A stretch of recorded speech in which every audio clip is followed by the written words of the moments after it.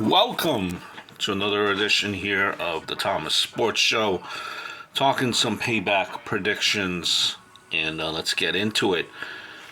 The first matchup we have Rhea Ripley versus Raquel Rodriguez in no particular order. You know, they've been trying to build up Raquel Rodriguez to where she's where at least there's someone credible on that roster to face, Rhea Ripley. Do you believe Raquel Rodriguez is at that point? She's attacked Rhea Ripley. She's got the better of Rhea Ripley recently. Is that enough?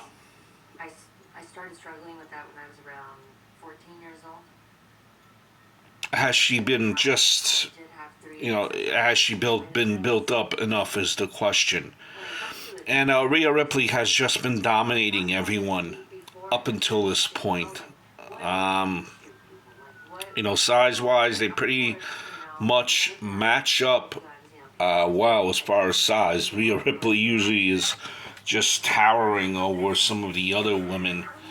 When I look at Rhea Ripley versus Raquel Rodriguez, I just do not think, that Raquel Rodriguez does have it to beat Rhea Ripley. I feel here that there might be some type of tomfoolery, probably Dom Mysterio being involved. And, I think that Rhea Ripley will live up to her end of the bargain where, she kind of gave an ultimatum to the rest of the members of the Judgment Day, in particular Priest and Balor, that they should be champions. I do feel that Rhea Ripley will regain the title. You have kind of a new version here of Shinsuke Nakamura where they're really taking advantage of the fact that he really, it's hard for him to cut a promo in English. And they're kind of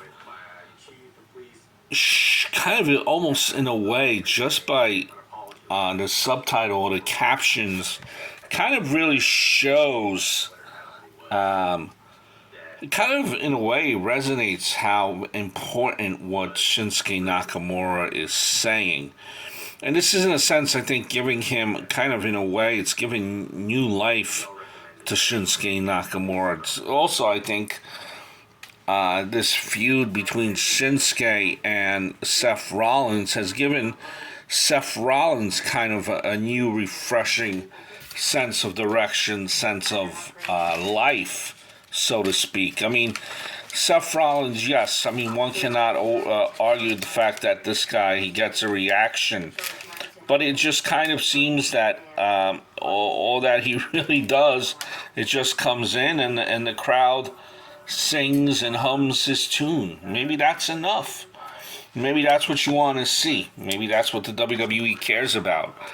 Me, I think there has to be a little bit more substance to the Seth Rollins character. To me, it's been a little bit stale. Again, that's just me, my opinion, my 2 cents. I think Shinsuke Nakamura, you need Shinsuke to win to kind of ride this wave of kind of his new, his new fear me type of presentation, Shinsuke, and he knows Seth Rollins' weak point, and I think he's going to take advantage of that. I'm going to go out on a limb here. I am going to say that Shinsuke Nakamura wins. Barely wins, or is very much, both these two knock each other around, and both of them feeling the effects. Both of them are injured. I then do feel that Damian Priest does do a cash-in and wins. Now here we go, this tag team matchup, Steel City Street Fight. Street Fight, anything goes, right? You're going to have the undisputed WWE Tag Team Champions, Kevin Owens, Sami Zayn versus Damian Priest, Finn Balor, the Judgment Day. Rhea Ripley kind of gave everyone an ultimatum here that everyone should be holding a title before the end of the night or else. Now, if you heard my prior video, I'm going to the extreme of saying that Damian Priest is going to win, cash in the Money in the Bank. That ties in with my Seth Rollins Shinsuke prediction. So we're looking at this match now. Could Damian Priest be a two-belt holder? I think this is where it's going to, and remember we have JD McDonough here, I think this is where it's going to unravel for the Judgment Day. And I think there's still many ways. You're going to keep the Judgment Day faction going. But I think it's almost to the extent. And I don't know which way to go here. I know that JD McDonough plays a part in this. Right now, the Judgment Day do not like JD McDonough. Finn Balor does, but the rest of the Judgment Day does not.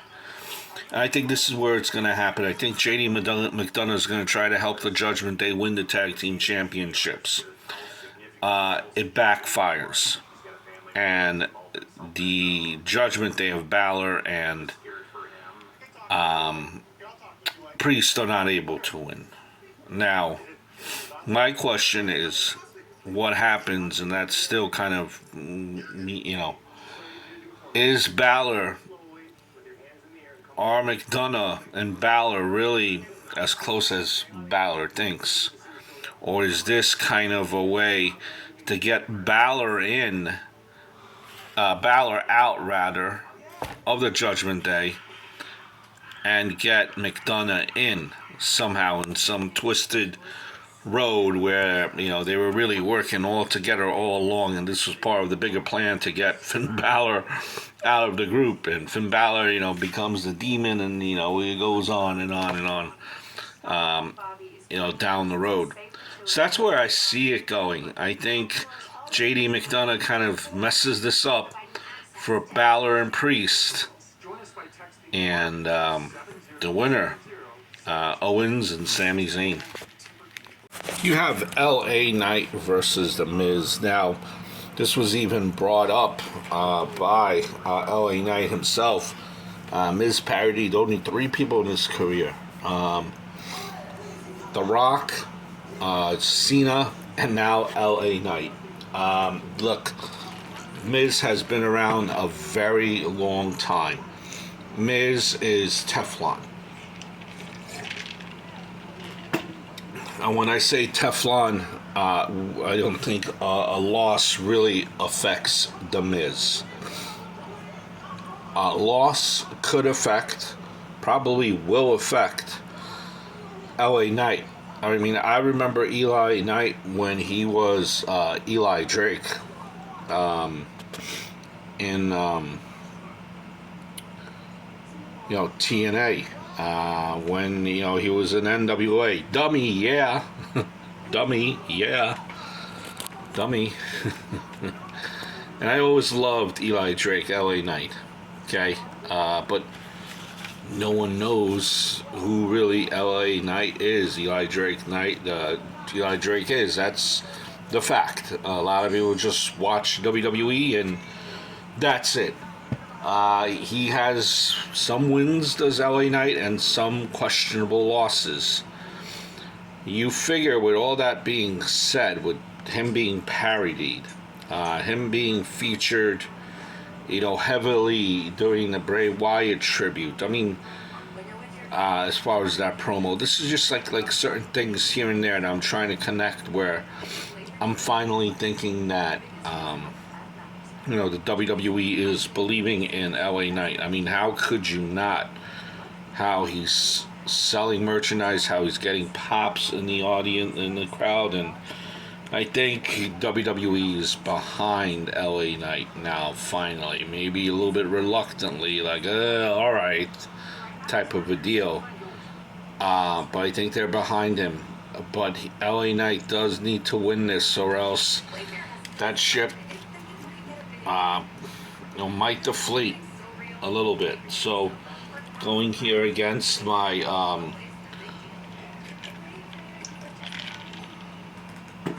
I'm going here with my hopes, with my fingers crossed, toenails crossed, everything crossed, my nose hairs, and hoping that the LA Knight wins. Straight pin in the middle of the ring. Their promos have been good back and forth. A lot of validity to each of their promos, and I think this is a win that LA Knight really needs. I appreciate Trish Stratus coming back. Really don't appreciate what the WWE tried to do. Now, I guess I could kind of see it here. How many times are we going to turn Becky Lynch, heel face?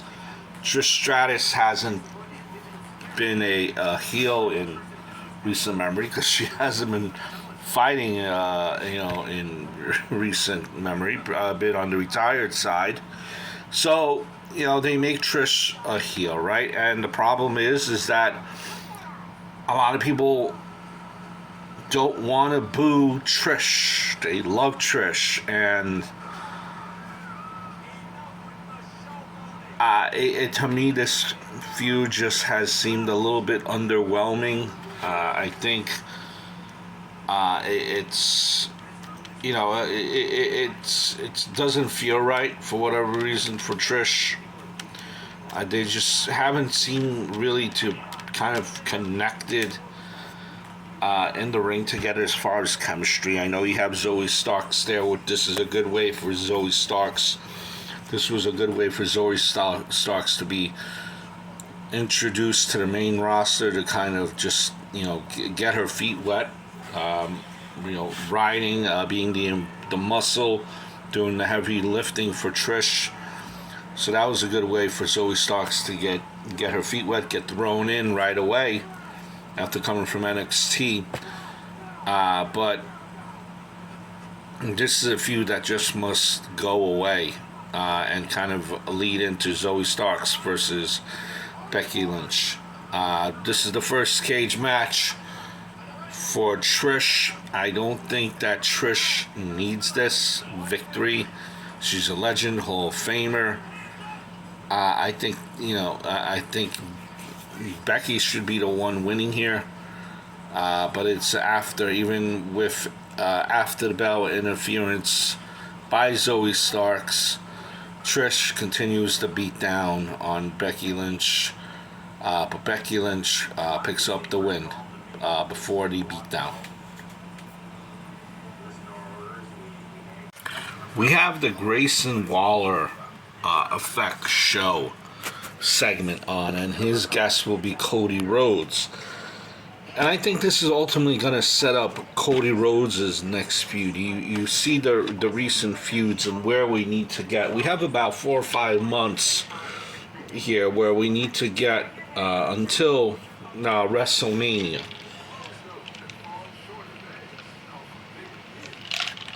And I think you need something substantial coming off of your feud with Brock Lesnar. You need to continue the story, and I need to think that you need to have Cody Rhodes needs to have that caliber of opponent following a Brock Lesnar. Now, many ways you could go with this, and I don't think it will be Grayson Waller. That's not where I think this is going. I think Randy Orton could be a big possibility. You hear about him in his imminent return. I think that's a built-in storyline. I think you have John Cena. It's another possibility there. Though I think John Cena maybe will be going in the route of, maybe Jimmy Uso. Though, it's you need a big deal kind of a feud to kind of one of the last, if not the last feud before somehow we tie in Roman Reigns. I could see Jimmy versus like Cody Rhodes being like one of the last feud before Roman Reigns type of a deal. I could see that, to plant the seeds. But I think that you're gonna set up something, and I think I'm gonna go with. You hear that you have extra days here for John Cena. I think the next feud for Cody Rhodes will be John Cena, and this will be a big deal, almost like a passing of a torch or a secondary torch again. If you didn't believe Brock Lesnar was passing the torch, so I think maybe it sets up something here where we have Cody Rhodes versus John Cena as the next feud. Yep, sorry, and then that's where I see this feud going. Santos and Rey Mysterio. Santos needs a push.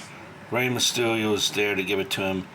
I don't think Austin Theory needs a championship now. I think he kind of needs to step back from the championship, just kind of reestablish himself, if that makes sense. Something went deflated. I think you're going to need that championship for Escobar versus Rey Mysterio, and I see Rey Mysterio winning. I see Santos Escobar being the new challenger for that strap. And ultimately, for all you LWO fans, this might be the beginning of the end.